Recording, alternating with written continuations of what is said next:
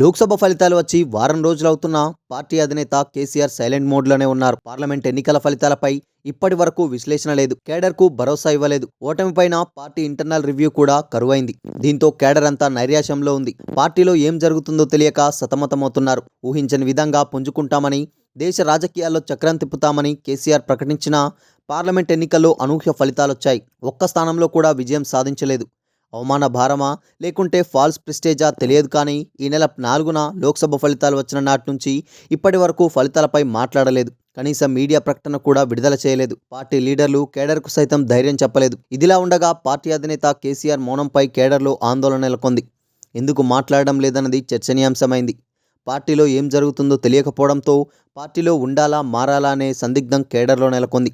కానీ ఏపీలో కూటమి విజయం సాధించడంపై చంద్రబాబు, పవన్ కళ్యాణ్కు శుభాకాంక్షలు చెప్పిన కేసీఆర్ పార్టీ కేడర్కు మాత్రం ఎలాంటి సందేశం ఇవ్వకపోవడం గమనార్హం.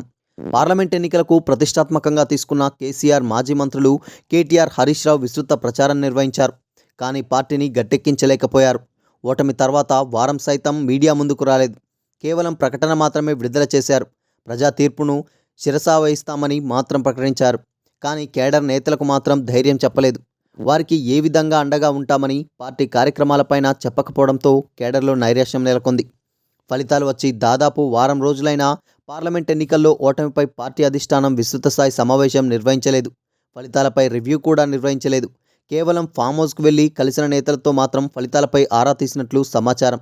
అసెంబ్లీ ఎన్నికల్లో ఘోర ఓటమిని చవిచూసినా పార్టీ విస్తృత స్థాయి సమావేశం నిర్వహించలేదు. కేవలం కేటీఆర్, హరీష్ రావు ఆధ్వర్యంలో పార్లమెంట్ నియోజకవర్గాల వారీగా సన్నాహక సమావేశాలు మాత్రం నిర్వహించారు. ఓటమిపై సమీక్షించారు. కానీ పార్టీని మాత్రం గాడిలో పెట్టలేదని, కేడర్ నేతల మధ్య సమన్వయం చేసి ఏకతాటిపైకి తీసుకురాలేకపోయారనేది మాత్రం లోక్సభ ఎన్నికల్లో ఫలితాలు స్పష్టం చేశాయి. పార్టీ అసెంబ్లీ, లోక్సభ పట్టభద్రుల ఎమ్మెల్సీ ఇలా వరుస ఎన్నికల్లో ఓటమి పాల్కావడంతో కేడర్లో నైరాశ్యం నెలకొంది. క్షేత్రస్థాయిలో పార్టీ బలోపేతంపై అధిష్టానం ఇంకా చర్యలు ప్రారంభించకపోవడంతో ఏం చేయాలో అర్థం కాక సతమతమవుతున్నట్లు పార్టీ నేతలే చెబుతున్నారు. రాబోయే స్థానిక సంస్థల్లోనూ ఎలాంటి ఫలితాలు బీఆర్ఎస్కు వస్తాయో అన్నది నేతల్లో చర్చనీయాంశమైంది. పార్టీకి ప్రస్తుతం గడ్డుకాలం నెలకొన్న తరుణంలో ఎంతమంది పార్టీలో ఉంటారనేది ప్రశ్నార్థకంగా మారింది.